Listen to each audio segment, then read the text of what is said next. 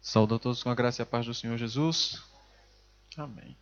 Vamos ao livro de Provérbios, capítulo 8. Preparei o 8, o 9 e o 10. Vamos ver se chegamos lá. Vamos ver se chegamos lá. O 8, 9, 10, mas creio sim que chegamos, porque o 8 é um assunto muito fácil. O 9 também. O 10 aqui tem muito mais coisas para nós analisarmos. Amém? Então, diz assim o versículo 1 do capítulo 8. Não clama, porventura, a sabedoria, e a inteligência não dá a sua voz? No cume das alturas, junto ao caminho, na encruzilhada das veredas, ela se coloca.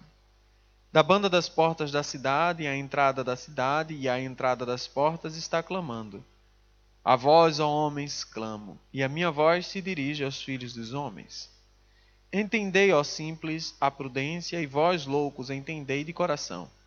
Ouvi, porque proferirei coisas excelentes, os meus lábios se abrirão para a equidade. Porque a minha boca proferirá a verdade, e os meus lábios abominam a impiedade. Em justiça são todas as palavras da minha boca, não há nela nenhuma coisa tortuosa nem perversa. Todas elas são retas para o que bem as entende, e justa para os que acham o conhecimento. Amém? Quando nós lemos, ou quando a pastora leu o capítulo 7, ele fala aqui de uma mulher, não é? O capítulo 7 fala aqui da mulher má.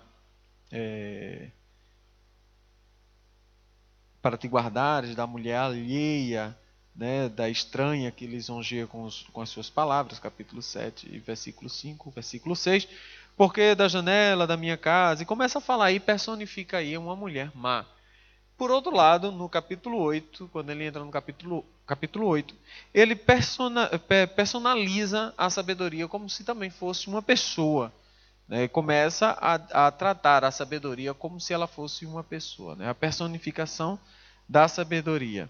E aí ela diz que ele está junto ao caminho, né? Que ela está perto das portas, ela clama, ela fala, ela age. E também tem muito cuidado com esse capítulo, com a questão da sabedoria, porque os testemunhos de Jeová, eles costumam utilizar a sabedoria, essa versículo aqui, esse capítulo 8 ou 9, se não me engano, para tentar dizer que Jesus Cristo não é Deus. É um dos versículos que ele utiliza quando for na sua casa. E ele vai, é um dos versículos que os testemunhas usam, e você cai se você não estiver atento, é aquele que você cai e você acaba concordando com ele, que Jesus Cristo não é Deus. Quando chegar lá eu explico. Mas o que é mais importante nesse versículo que nós acabamos de ler? Olha, ele diz assim, a sabedoria, e aí ele personaliza, personifica a sabedoria, mas ele diz uma coisa acerca da sabedoria, que a sabedoria é para vós, homens, né? Clamo, a minha voz se dirige aos filhos dos homens, certo? Aos simples, versículo 5, entendei, ó simples, loucos, certo? Ou seja, a sabedoria embarca aqui todo o tipo de pessoa, todas as pessoas. Então, e ele termina aqui no versículo 13, depois que fala tudo isso da sabedoria, ele diz no versículo 13, como nós já lemos, o temor do Senhor é aborrecer o mal. Certo? E no capítulo 9, ele diz no versículo 10 que o temor do Senhor é o princípio da sabedoria. Então, logo, nós estamos falando aqui de um livro que fala exclusivamente sobre sabedoria, como ser sábio, como alcançar a sabedoria. E o que chama a atenção nesse capítulo 8 é que ele diz que essa sabedoria é para toda a gente. A sabedoria deve ser para todo mundo. Agora, por que as pessoas não são inteligentes? Por que as pessoas não têm sabedoria? Por que existem mais pessoas nécias do que pessoas sábias? Por que que o sábio, por que que o sábio é quase extinto? Não é? Por que que você encontrar uma pessoa sábia, olha, o sábio, né? É até como é que eu posso dizer? Até se destaca. O sábio se destaca. Por quê? Porque a quantidade de tolos é tão grande, né? Em terra de cego, quem tem um olho é rei. Então o sábio se destaca. Aí você vê, não, tem um grande sábio, não sei para onde, tem um grande sábio, não sei o que lá. Por exemplo, um dos grandes sábios, né, que mundialmente que é conhecido, principalmente quando aparece que a televisão vai mesmo em cima, né, são os Dalai Lama, né, esses quando aparecem, que são hindus, né? Se eu não estiver errado, se eu estiver errado, me desculpe, não sei qual é. Mas o Dalai Lama, que é aquela de lá pro lado da Índia, o Dalai Lama é considerado um homem sábio, né? E ele diz muitas coisas. Eu estava até assistindo um vídeo recentemente em que eu vi uma pessoa muito sábia chamada Lady Gaga. Engraçado, ela falou ela estava ao lado do Dalai Lama e ela estava falando falou uma expressão, disse lá, eu já nem lembro o que foi direito que ela falou, mas extremamente inteligente, extremamente sabe. Não sei de onde ela pegou, qual foi a revista que ela comprou, mas que ela falou uma coisa verdadeira de sabedoria sobre aquilo que nós estamos vivendo, dizendo que ela disse que enquanto nós, o mal, que o mal, o que é que o mal faz para vencer? Ela disse um princípio que nós até vemos isso dentro da própria palavra de Deus. Ele diz que o mal, para ele vencer, ele segrega as pessoas. Então você acaba tendo negros, brancos, gays, doentes, isso segrega. E isso faz com que pobres, né, ricos, e essa segregação faz com que aqueles que estão segregados coloquem a culpa da sua segregação em cima do outro. Ira em cima do pobre, em cima do rico, né, porque o rico é o opressor, o gay do hétero que é o opressor. Então, essa segregação que é colocada pelos lá de cima, essa segregação faz com que a gente esqueça que nós somos seres humanos. Todos nós pertencemos a uma única classe. Todos nós somos seres... Quem estava falando isso foi a filósofa Lady Gaga. E ela estava correta, porque faz com que a gente esqueça quem nós somos, todos nós juntos, e passa a nos segregar. Nós somos crentes, nós somos evangélicos, nós somos, sei lá. E quando cria essa segregação, nós deixamos de ser seres humanos, deixamos de ser irmãos, deixamos de ser um para sermos por você ter dinheiro, você é o opressor. Né? Então, essa sabedoria vinha de uma pessoa que supostamente a característica não seria não seria mesmo de rir dizer essa expressão, mas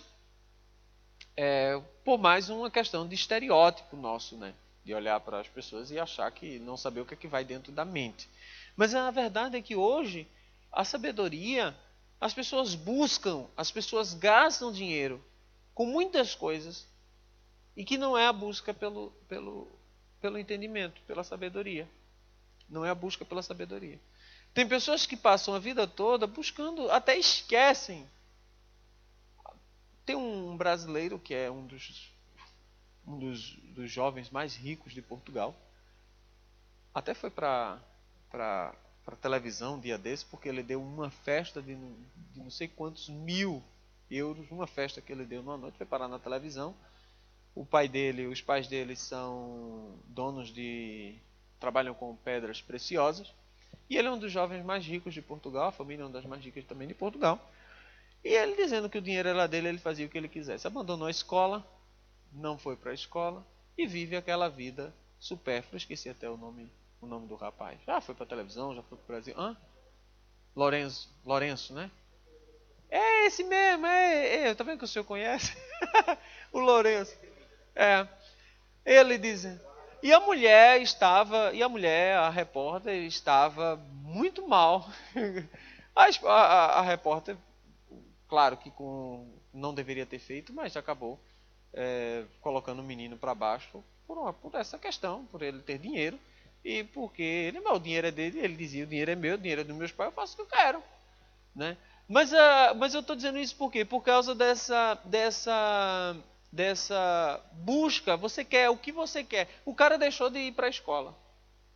Abandonou os estudos. Chegou no Brasil e disse que queria ser cantor. O dinheiro dele fez com que ele cantasse. Chegou a gravar um CD, não sei se alguém comprou. Mas ele conseguiu gravar, o dinheiro dele deu que ele gravasse um CD e saiu bem. Com a tecnologia que tem hoje, qualquer um canta, né? Até eu canto se eu quiser e se tiver o dinheiro, né?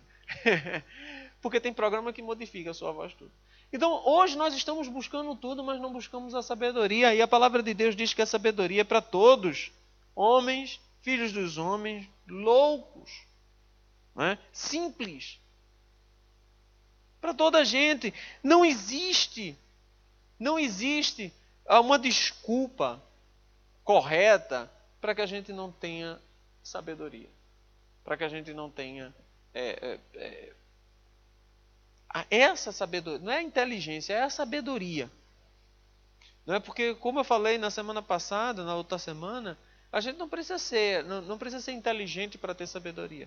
Muitas pessoas que estão lá no interior têm uma sabedoria, que não tiveram condições de estudar, têm uma sabedoria da vida incrível.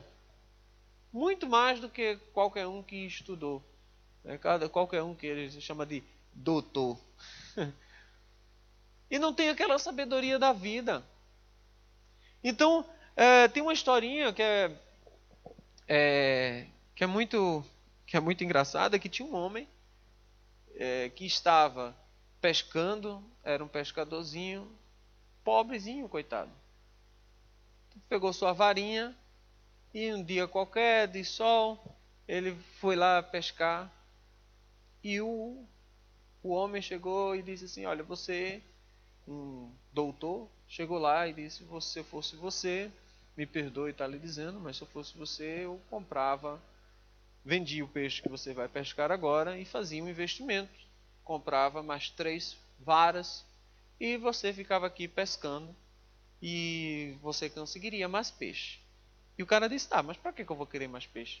Ele disse, não, porque você tendo mais peixe, você pode comprar mais peixe, você pode pegar esses peixes, uma parte você vai vender os peixes, uma parte você pode colocar mais pessoas para pescar para você. Então você pode ter várias varas e vários pescadores que vão pescar mais peixe para você. Ele diz, mas para que eu vou fazer isso? Para que você possa pescar mais peixe e então você vai vender esses peixes. E ao invés de ter somente trabalhadores aqui para você, você pode comprar um barco de pesca e mandar os trabalhadores ir pescar para você. Tá? Mas, e para que eu vou fazer isso? Porque você tendo mais pesca, você pode criar uma cooperativa aqui de pescadores e você vai ter mais peixe para você. E então você pega esse peixe e vende. Aí o pescador assim, para quê? Porque aí você vai chegar numa idade que você vai ter condições de descansar, pegar sua varinha e vir para a praia pescar.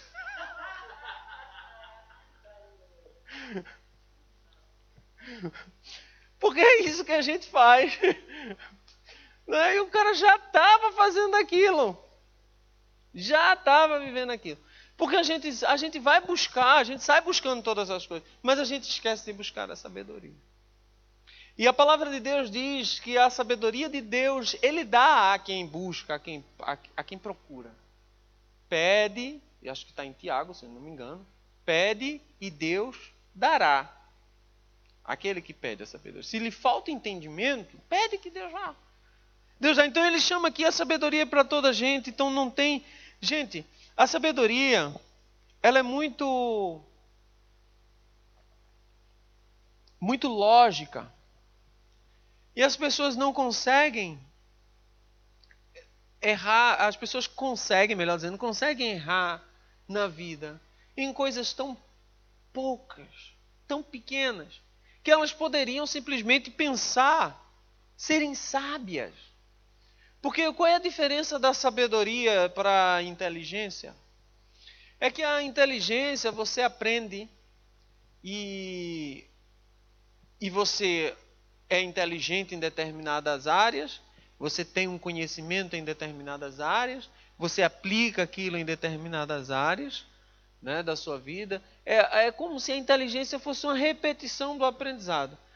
E a sabedoria, ela vem da nossa intuição, daquilo que nós vivemos, daquilo que nós sabemos, daquilo que nós podemos prever. Então a sabedoria, ela é superior porque ela vem mesmo dessa intuição que nós temos, de observação. De observação. Não é tanto que diz que o inteligente aprende com seus próprios erros, porém o sábio aprende com os erros dos outros. Porque eu não espero eu errar. Já estou vendo ali que tem um buraco. Se eu for ali, eu não preciso esperar que alguém caia naquele buraco. Eu não preciso esperar que eu caia naquele buraco. Eu posso ver que tem outras pessoas caindo, por que eu vou também naquele meio? Eu aprendi, agora eu não vou mais cair. Não é sábio.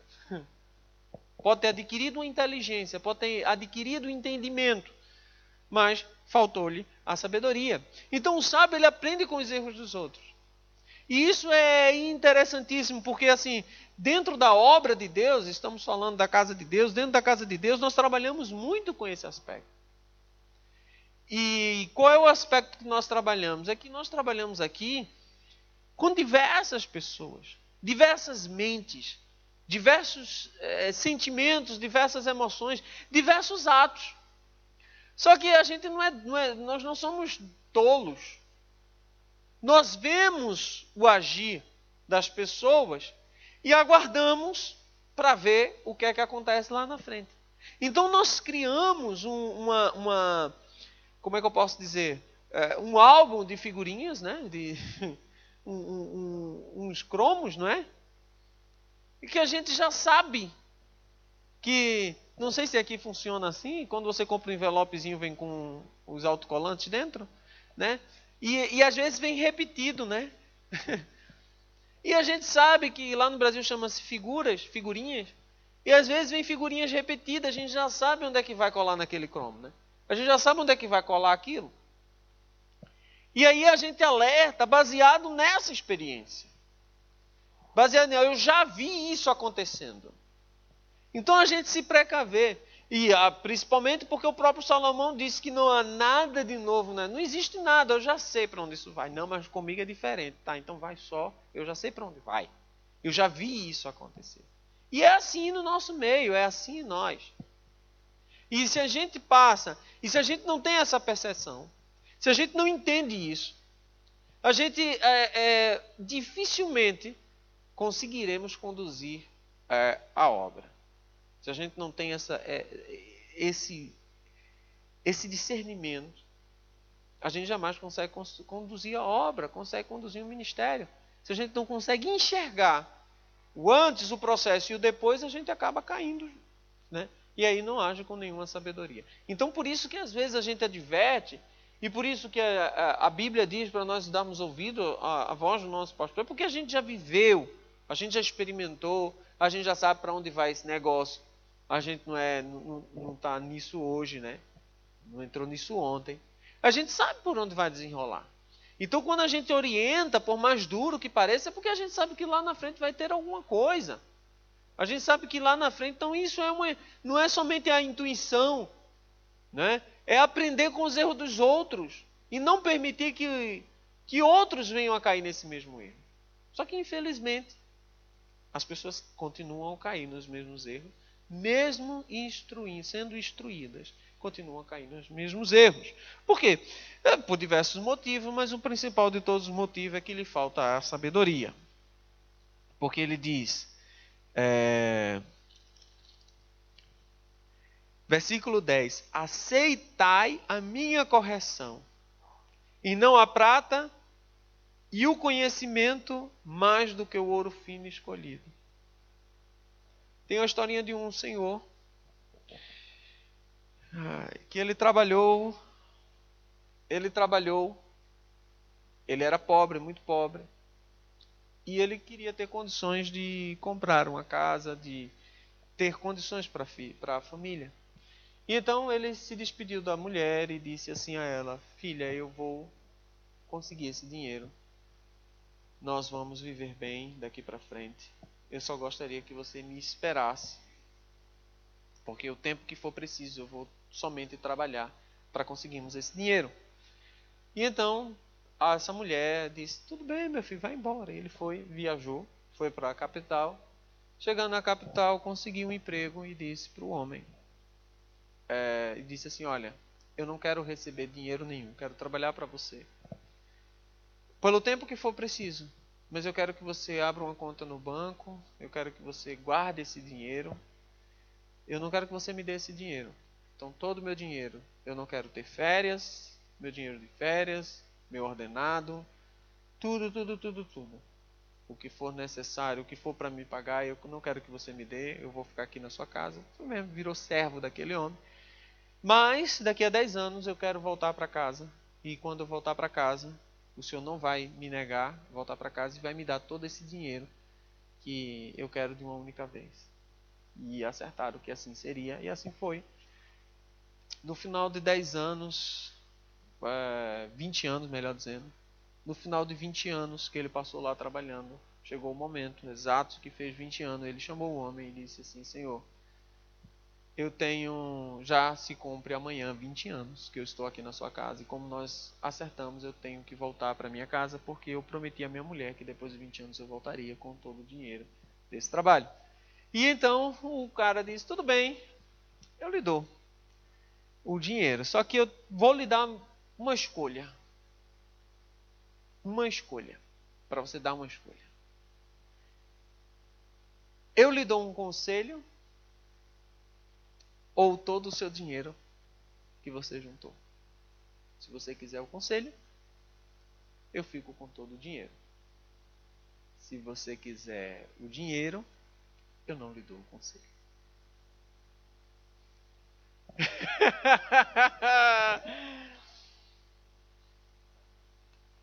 Vá para o seu quarto, durma e amanhã você me diz, na hora de ir embora, o que é que você quer. E o homem disse, chegou no fim do dia, ele disse: eu quero, claro, estou trabalhando 20 anos, eu quero o conselho.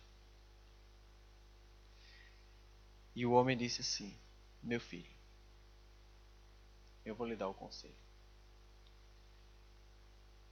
Nos piores momentos da sua vida, simplesmente fique quieto, se afaste por um tempo para a meditação. Só então, com a cabeça fria, você volte para tentar resolver os problemas. Este é o meu conselho. Está aqui um saco com um pão para você comer na viagem. Porque eu também não sou tão mau. Você vai sentir fome, e quando você sentir fome, tem aqui esse pãozinho para você. E o cara foi com o conselho na cabeça para casa. Chegando em casa, 20 anos se passaram. Quando ele olha pela janela, ele vê Maria. E quando ele olha, Maria está deitada no colo de um homem. Passaram-se 20 anos. Está lá Maria deitada e o homem fazendo cafuné em Maria. E ele automaticamente se enche de ódio. E a primeira intenção dele é entrar e correr e matar tanto Maria quanto o homem. E ele corre para dentro de um lugar onde ele escondia há 20 anos a sua arma. Uma arma. E então quando ele chega na metade do caminho para pegar a arma, para matar os dois, porque ele trabalhava 20 anos sem descanso, sem férias, e voltar, Maria está no colo do outro homem. Aí lembra-se do conselho: antes de fazer qualquer coisa, retira-te, afasta-te, e quando a mente estiver fria, você volta para isso. E então o cara volta, fica lá, passa a noite só pensando e esfriando a cabeça, quando é No dia seguinte, na manhã seguinte, ele entra lá e quando ele vê Maria, que Maria reconhece ele, Maria corre para o abraço dele, para os braços dele, abraça e beija, e ele, não, não, não, não, não, não, e ela, o que foi? Não, não, não, não. Eu vi que ontem à noite você levou um homem para dentro de casa e você estava lá nos abraços e no beijo com ele. Ela disse, sim, é verdade. Há 20 anos, quando você saiu, eu estava grávida e não sabia. E aquele que está lá dentro é o nosso filho, que tem 19 anos. E então, ele corre para dentro de casa, feliz da vida, blá, blá, blá. E então aí é que ele tem fome, né? E ele diz, olha Maria, aconteceu isso, e a única coisa que nos resta para comer é esse pãozinho, que foi que ele me deu na via, para eu comer durante a viagem, mas eu estava tão feliz em vir para cá que eu nem comi. E então, rendeu graças a Deus e partiu o pão para os 3 filhos agora, para os 3, né? O filho e mais a esposa e ele na casa lá. Quando ele abre o pão, tá lá todo o seu dinheiro. O homem tinha guardado o dinheiro dentro do pão dele. E essa história me faz ver, às vezes nós escolhemos o dinheiro. Nós escolhemos o dinheiro e não a sabedoria. E se não fosse a sabedoria, se não fosse o conselho ali, o homem teria matado com a sua arma aquele filho e a esposa. Né?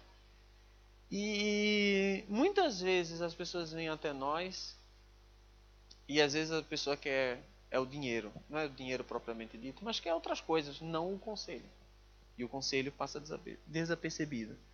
E muitas vezes a gente dá o conselho e o conselho não é seguido. As pessoas dão o conselho, mas ainda assim preferem o dinheiro. Não, deu o conselho e o dinheiro. E é importante nós entendermos, a próprio provérbio diz que na multidão, a gente vai ver aqui mais à frente, na multidão de conselheiros há segurança.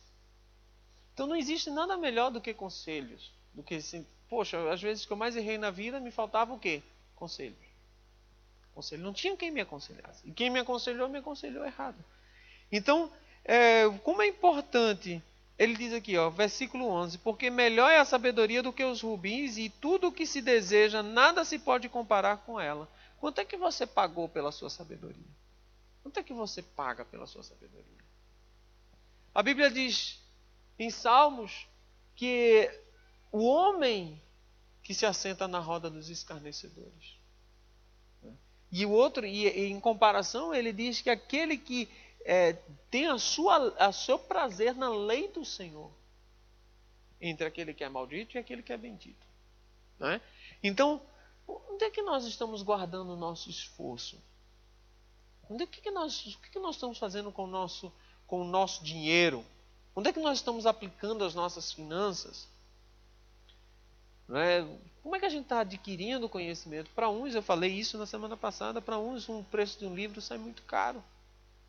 Né? E às vezes o livro, que tipo de livro compras para... Também tem isso, porque, por exemplo, minha mãe era consumista, não sei se talvez ainda é, de revista de fofoca. Né? Revista de atores, pessoa que ela nunca viu na vida. Mas quer saber se está casado, se separou, se não sei quem. E minha mãe gastava dinheiro porque tínhamos assinatura, não sei se aqui existe, né? Assinatura mensal ou quinzenal, depende de quanto é a publicação. Toda semana chegava lá em casa 300 revistas. Minha mãe tinha assinatura de todas as revistas que existiam Tinha revista, tinha a Caras, minha mãe tinha assinatura da Caras, aqui também tem a Caras, né? Além daquelas que são... Essa aí é só para famosos, né? Só para saber da vida dos famosos. Não tem outra função a Caras. Ou então eram revistas que falavam exclusivamente de novela, porque ela não só gostava de novela, como também gostava de saber o que ia acontecer na novela com antecedência. Né? Porque não basta saber o que está acontecendo na novela, precisa também. Então, mas era gasto com isso. Era o dinheiro gasto com isso. Né? E muitas vezes eu não tinha o livro da escola. Veja a questão. Muitas vezes eu não tinha todos os livros da escola porque também era caro. Mas anualmente tinha a assinatura da revista, que também lá não era muito barato. Então, para a gente fazer aqui um contrassenso das coisas que são importantes, ao que a gente dá valor. Claro que quando nós aceitamos a Cristo, quando nós vivemos o cristianismo, nós temos que mudar essa visão. Mas o problema é que muita gente não muda essa visão. Não muda essa visão. Na verdade, porque aceita o cristianismo como uma nova religião. Uma nova religião.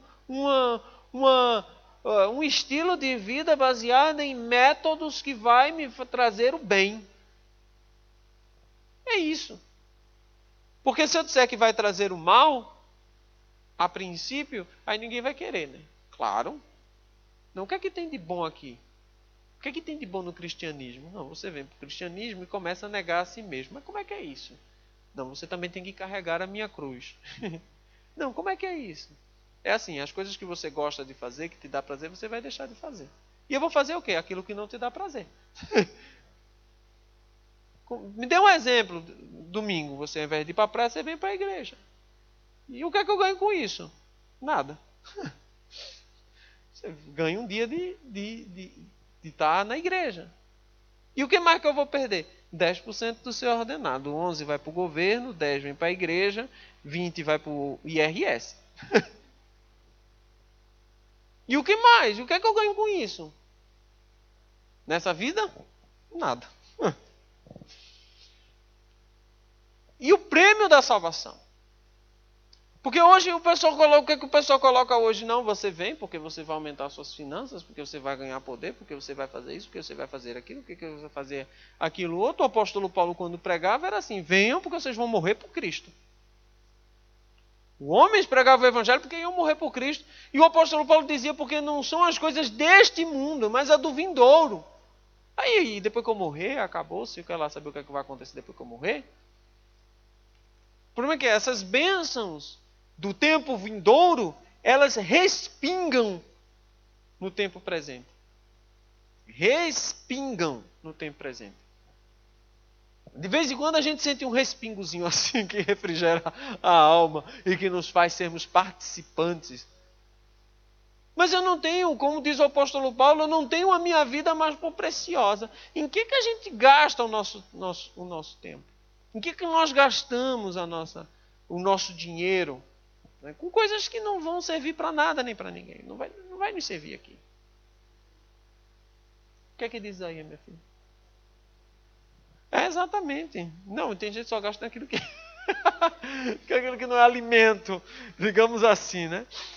Eu, a sabedoria, versículo 12, habito com a prudência e acho a ciência dos conselhos. O temor do Senhor é aborrecer o mal. A soberba e a arrogância e o mau caminho e a boca perversa aborreço. Meu é o conselho e a verdadeira sabedoria. Eu sou o entendimento, minha é a fortaleza. Aí ele diz: o que acontece com aqueles que têm sabedoria? Por mim reinam os reis e os príncipes ordenam justiça. Por mim governam os príncipes e os nobres, sim, todos os juízes da terra. Eu amo os que me amam, e os que de madrugada me buscam me acharão. João Paulo, eu não achei a sabedoria, que você não buscou de madrugada. Aí já está no final da noite, né, a luz já está quase se apagando, é que achar a sabedoria. Né, jovens? E riqueza e honra estão comigo, sim, riquezas duráveis. Já que eu peguei aqui o gancho no jovem, né, antes de seguir adiante, aí a Bíblia diz, claro que isso é uma analogia, aqueles que me buscam de madrugada, não está falando do tempo, de 24 horas do dia, vou me acordar 2 horas da manhã para ler o livro, porque eu tenho que buscar de madrugada. Não, mas ele está falando aqui em etapas da nossa vida, né, de madrugada. E como nós tratamos o crente trata os jovens como idiotas, e o que nós temos hoje é uma geração de idiotas jovens. Desculpa, jovem. Temos uma geração de idiotas jovens? Temos uma geração de idiotas jovens. Por quê? Por quê? Porque é inadmissível que nós tenhamos uma Bíblia para jovens na linguagem de hoje. É inadmissível. Por que é inadmissível? Porque você vai abrir um livro de quinta série, eu estou falando de um livro de quinta série, de sexta série, ensinando o processo de separação celular, multiplicação das células, em que ocorre mitose, a meiose, as mitocôndrias, o complexo de Golgi, como funciona. Você vai ver toda essa, porque os ribossomos, os microssomos e todos os outros somos, e que não somos, sei lá. Eu não sou biólogo. Mitocôndria, sei lá, mesossomos e... Não é? Tem mesossomos, sei lá. Enfim, mesossomos. Você vai ler as palavras que lá são utilizadas. A profundidade, você vai ler você vai pegar um livro de física do 8º, 9º ano. Você vai ver um enunciado das leis físicas. Você não sabe nem o que o homem está querendo dizer. E os jovens têm que memorizar aquilo. Transformar aquilo numa fórmula e aplicar em coisas que nunca vai ser utilizado na sua vida. Um carro vinha a uma velocidade de 100 km por hora. Parou no ponto B. Qual é a velocidade média? Entra dentro do carro e vê lá onde é que o visorzinho vai. Aquilo dali é a velocidade média do carro. Acabou-se. É uma coisa que você nunca vai utilizar na sua vida. Aí quando chega na igreja, eu não estou entendendo. Ô infeliz. Não está entendendo o quê? Você vai ler as regras gramaticais. Gente, são tantas regras para usar uma palavra só. Você vai utilizar a palavra porquê. Só para a palavra porquê tem 4 regras no português para se utilizar. É o porquê antes, o porquê depois, o porquê separado, o porquê junto, o porquê com acento, sem acento. Só para a palavra porquê. Só. Aí chega aqui na palavra de Deus, preciso de uma linguagem de hoje, porque eu não estou entendendo o que significa essa palavra aqui. O que significa o esplendor da sua glória? O que significa? Aí tem que mudar para jovem, o esplendor da sua glória.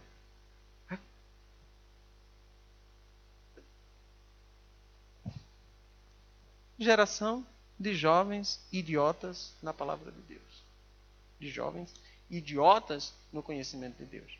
Aí esses jovens idiotas no conhecimento de Deus crescem, se tornam adultos idiotas no conhecimento de Deus, se tornam levitas idiotas no conhecimento de Deus e acabam fazendo músicas idiotas também para Deus e acaba pregando coisas idiotas também dentro da igreja. E nós temos igrejas que hoje são idiotas.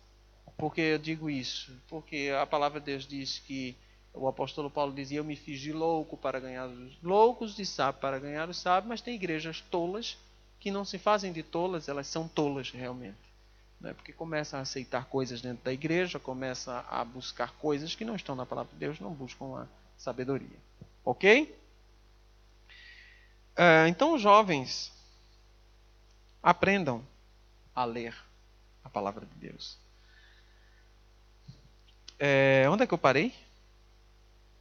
19. Melhor é o meu fruto do que o ouro. Sim, do que o ouro refinado, e as minhas novidades melhor do que a prata escolhida. Faço andar pelo caminho à justiça, no meio das veredas do juízo, para fazer herdar bens permanentes aos que me amam e encher os seus tesouros. Aí aqui, essa a partir do versículo 22, que os testemunhas de Jeová vai chegar na sua casa no domingo, de manhã, batendo na sua porta. Se você deixou a janela aberta, elas entram.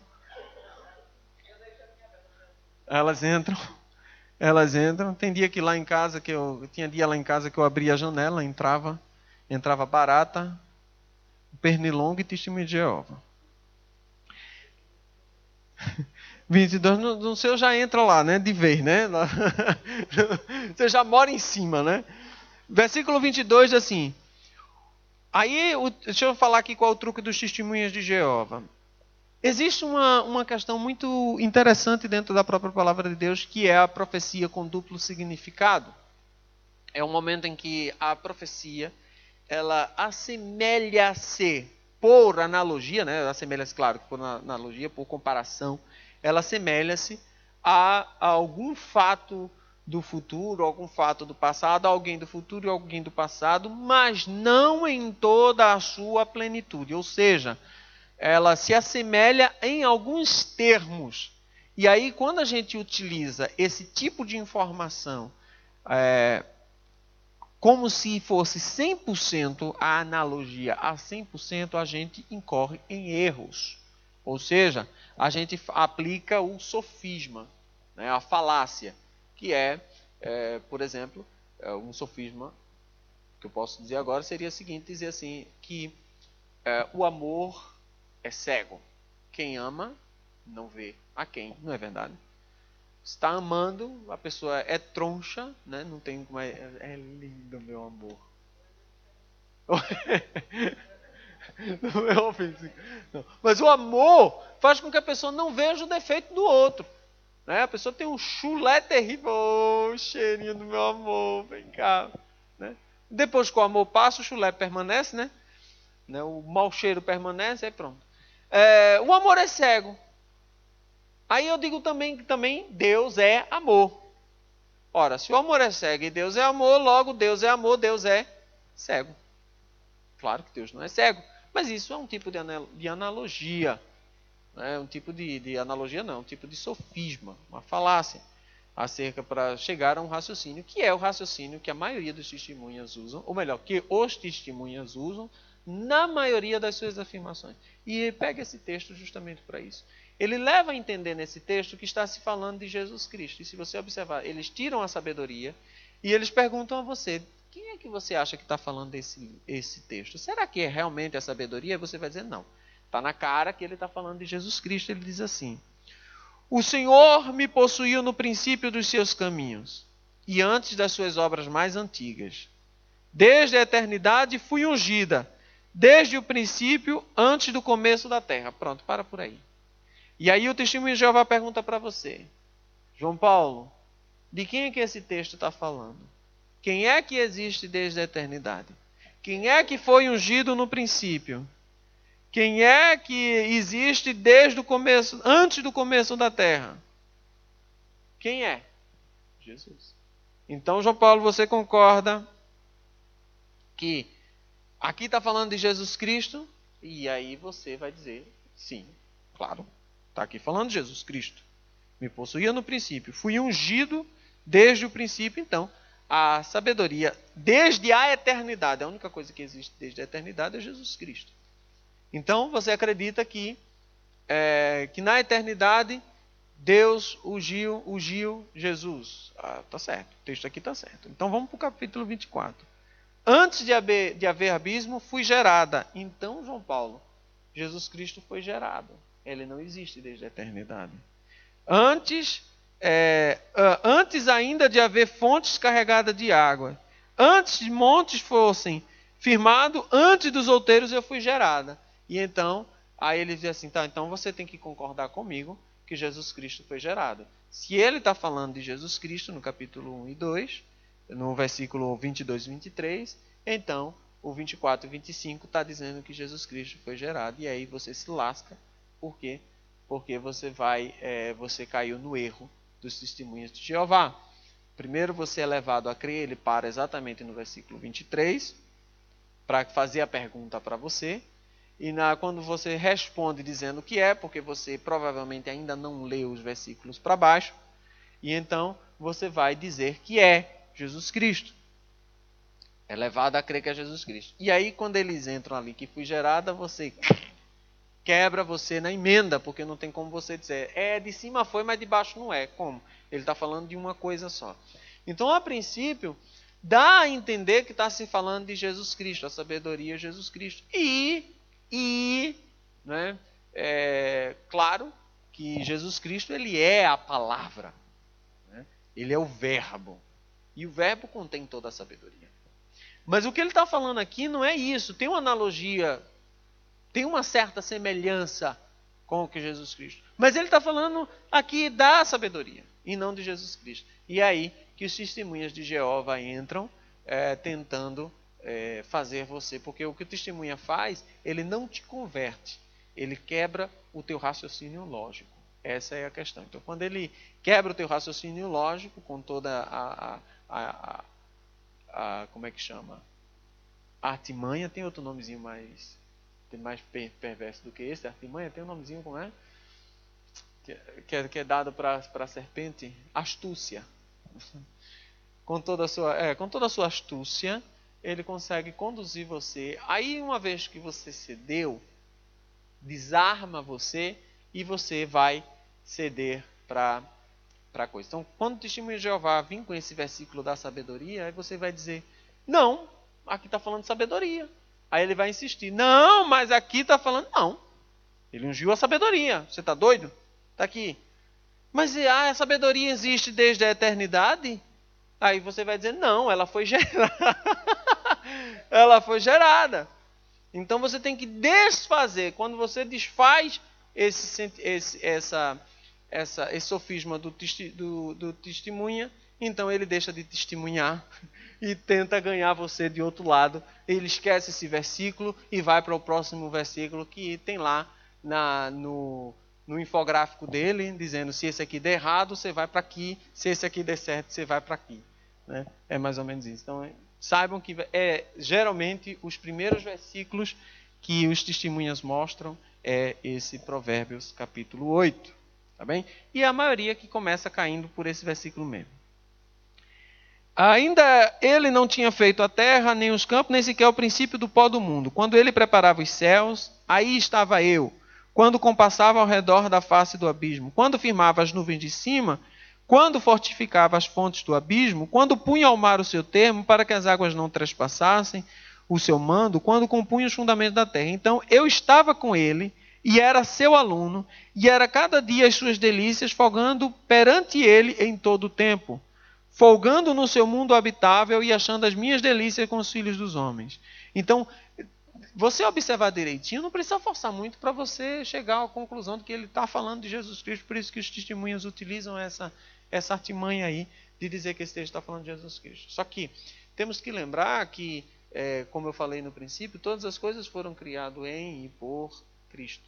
E Cristo estava desde o princípio. E Cristo é o verbo. E tudo foi criado através da onipotência e sabedoria de Deus. Deus é todo sábio. Então, quando ele fala aqui da sabedoria criada, a sabedoria é um dos atributos imutáveis de Deus. Deus é sábio. Né? Então, a gente tem que entender que Deus, além de Deus ser sábio, Jesus Cristo é Deus. Jesus Cristo é sábio. E Jesus Cristo, quando Deus emite uma voz, quando Deus emite um parecer, ou seja, quando essa palavra em grego significa logos. Quando o logos sai, quando a palavra sai, o logos sai, as coisas são criadas. Né? Tudo foi criado pela boca de Deus, pela palavra de Deus. Deus falou e tudo se fez. E esse logos, essa palavra, é difícil de compreender, é difícil de entender, mas o João diz que esta palavra é Jesus Cristo. Tudo foi criado por Jesus Cristo, em Jesus Cristo, através de Jesus Cristo, em Jesus Cristo. Porque Ele é a força criadora de todas as coisas.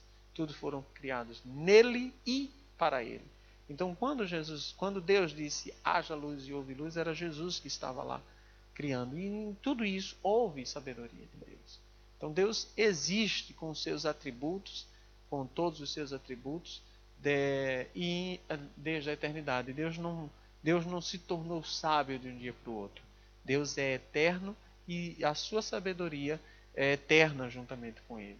O que Ele está falando aqui é da sabedoria, dessa sabedoria de criar, da criação, a sabedoria que gerou, não é a sabedoria que ele tem, mas o momento de fazer aquela sim, ou seja, aquilo que ele está fazendo ali naquele momento, Certo? Foi tudo criado com a sua sabedoria. E principalmente a sabedoria que Ele nos dá. Essa é criada, essa é gerada. Então a gente tem que saber entender e saber modificar e saber o momento de utilizar essa expressão para não cair na mentira do Jeová. Ok?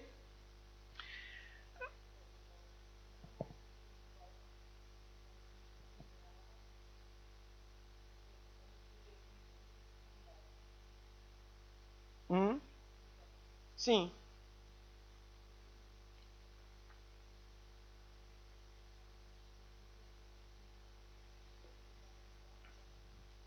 Então, é isso que ele diz. Porque assim, é uma qualidade de Deus.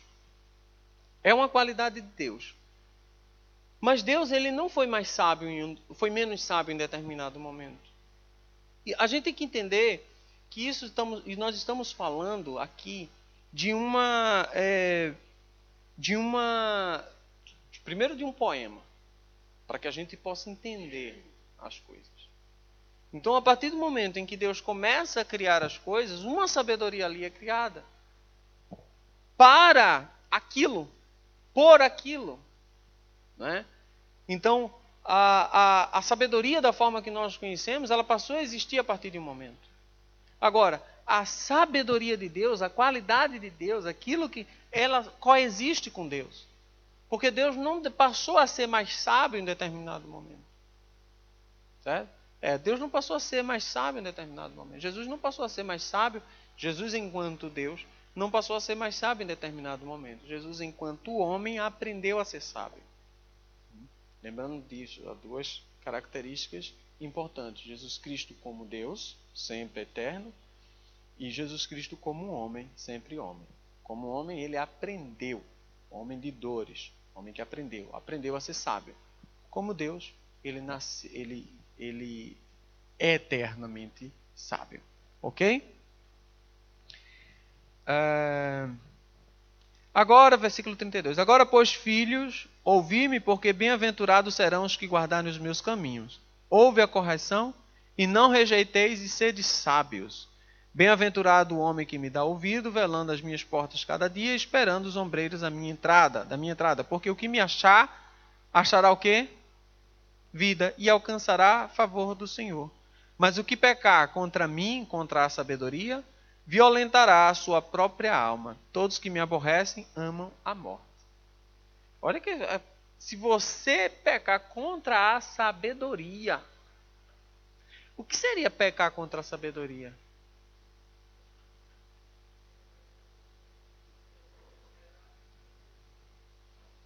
Violentará a sua alma. Agir com burrice. Agir com burrice. Aborrecer a sabedoria. Para que eu quero saber isso?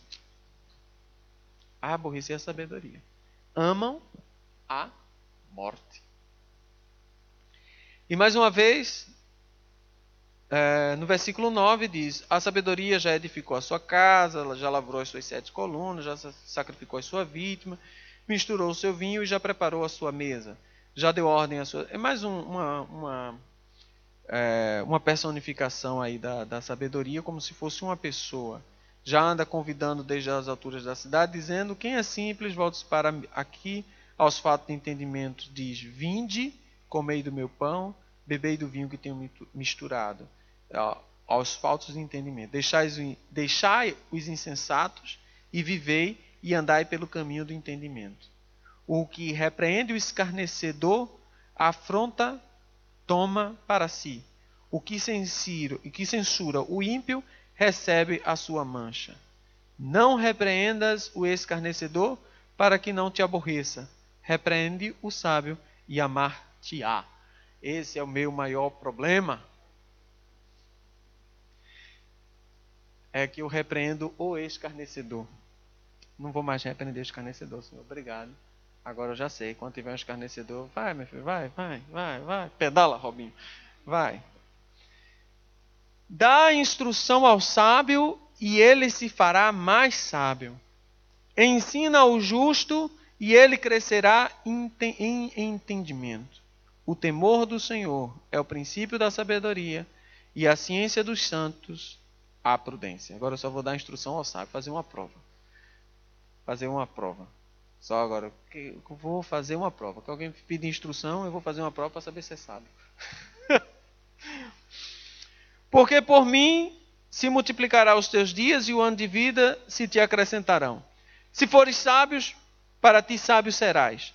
E se fores escarnecedor, tu só o suportarás. A mulher louca é alvoroçada, é nécia e não sabe coisa alguma. E assenta-se à porta da sua casa ou numa cadeira na altura das cidades, para chamar os que passam e seguem direito o seu caminho. Quem é simples, volte-se para aqui. E os faltos de entendimento diz: as águas roubadas são doces, e o pão comido, as ocultas, é suave. Mas não sabem que ali estão os mortos, que os seus convidados estão nas profundezas do inferno. Ele está falando aqui, eu não vou entrar no 10. E o 10 é muito mais longo, com certeza, em termos de explicação, porque cada versículo aqui dá um culto inteiro.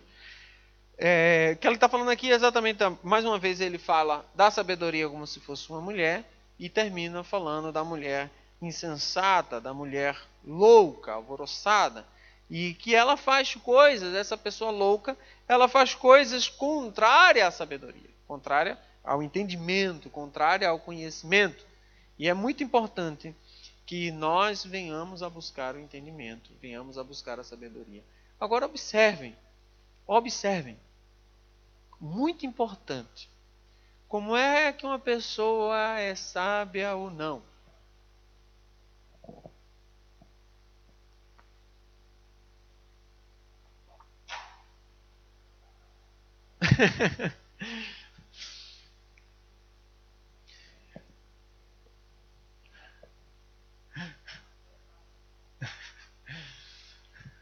Não, até o louco se cala.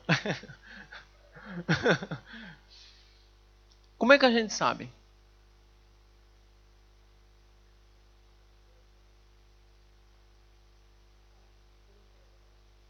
Pelo que ela? A sabedoria não se reflete somente na fala. Ela se reflete nos atos. Por isso, como o pastor disse, quando um tolo se cala, a gente não sabe o que ele está dizendo, não sabe o que ele está fazendo, não sabe nada, pode até parecer. Quando eu estou no meio de pessoas falando de coisas que eu não entendo, eu fico calado dizendo. Porque só abrir a boca a pessoa vê o idiota. O idiota falando, não, eu fico calado, que é para não falar besteira. Tem pessoas que sentem essa necessidade de falar alguma coisa. Sentem, tem aquele ditado que eu sempre digo, né? O sábio fala porque tem alguma coisa para dizer, e o tolo fala porque quer dizer alguma coisa. Tem pessoa que não consegue ficar sem dizer alguma coisa. Não consegue. Parece que tem que dizer alguma coisa e quando fala, puxa, isso fica calado. Então, então por isso que, como o pastor disse, até o tolo se passa por sábio estando calado. Ninguém sabe o que é que está lá dentro, então fica caladinho que é melhor que faz. Tem coisas que eu não entendo, eu estava até falando com o Leandro. Tem assuntos que eu não entendo, que eu não vou falar com ninguém. Lá na empresa fica o pessoal tudo sentado assim na frente, falando, aí vem falar sobre carro, porque carro eu também não entendo nada de carro. Carro e eu fico, então, Aí depois sai do carro e vai pro futebol, porque eu digo, eu não falo nada, porque se eu for falar alguma coisa, vamos passar pro tolo. Eu prefiro ficar calado, fico lá, tá lá, ou me retiro. Eu concordo, aí ele tá certo. Não, mas ele tá certo. Sei nem o que é que ele tá falando. Mas eu prefiro ficar calado do que inventar. Não vou dizer alguma coisa que é para eles saberem. Não, fico calado na minha. Eu tenho sempre essa comigo eu tenho sempre esse ensinamento para a minha vida, que eu sigo. Quando eu encontro pessoas que têm coisas para me oferecer, eu fico calado. Sempre calado. Porque eu gosto de ouvir. Então, quando eu vejo que alguém ali tem mais conhecimento do que eu quero aprender. Não vou discutir, estou aprendendo. Quando tem pessoas que querem ouvir aquilo que eu tenho a dizer, Então eu falo. Falo tal. Mas geralmente eu uso muito isso. Então a pessoa vai assim, João Paulo está tímido. Não, não é que eu estou tímido, não. É porque quando tem alguém que... Então eu estou aprendendo, eu quero aprender. E não sair falando, mostrando, não, é porque não sei o quê. Não, é bom a gente ouvir. É bom a gente aprender mais e mais. Ok? Então, que em nome do Senhor Jesus Cristo, vocês procurem a sabedoria, leiam o livro de Provérbios e, acima de tudo, mostrem atos de sabedoria. Sabedoria não se fala, né? Se pratica. E não se diz que praticou, se vê quem praticou. O bom da sabedoria e da tolice é que nós não podemos escondê-los. É como uma bola. O tolo, a tolice, é como uma bola de soprar. E a vida é como se fosse uma... Hoje eu estou cheio de metáforas, né? É como se fosse uma piscina de água, com águas, um mar, um rio. Tenta afogar uma bolinha dessa dentro. Ela vem à tona. A tolice é assim. Você tenta afogar, mas ela vem à tona. Ela sempre sobe. Amém? Vamos ficar de pé e vamos orar. Hã? Eu falei o que da sabedoria? Eu falei da tolice. Se pratica. E eu me lembro mal o que foi que eu falei. Eu não lembro nem mal o que eu disse há 2 minutos. Não lembro mais da frase. Ou você pega e anota, meu filho. Não lembro. Eu falei o que se pratica. Não lembro. Hã? Aí eu falei a metáfora da bola.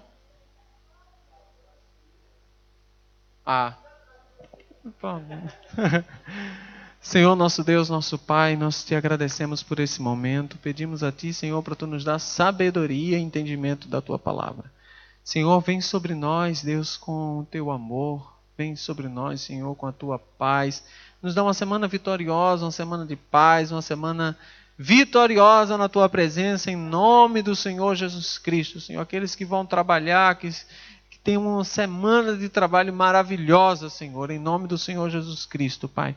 Em nome do Senhor Jesus Cristo, agradecemos por esse momento. Abençoa meus irmãos que estão em casa através da internet.